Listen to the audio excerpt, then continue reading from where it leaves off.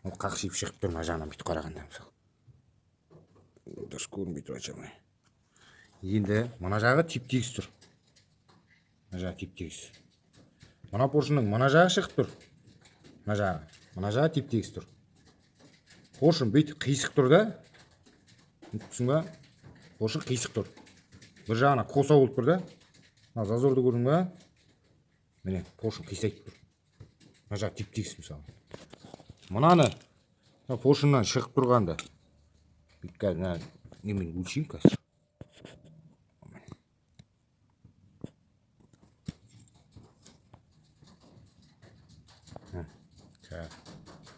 Бір миллиметр шығып тұр.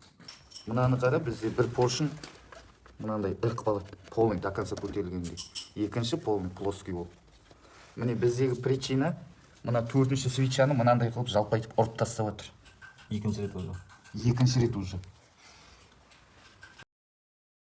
Сонда не болған? Мынаны міне ішке түсіреміз. Міне түсті ішке. Мынау енді теп-тегіс. Кіріп кетті.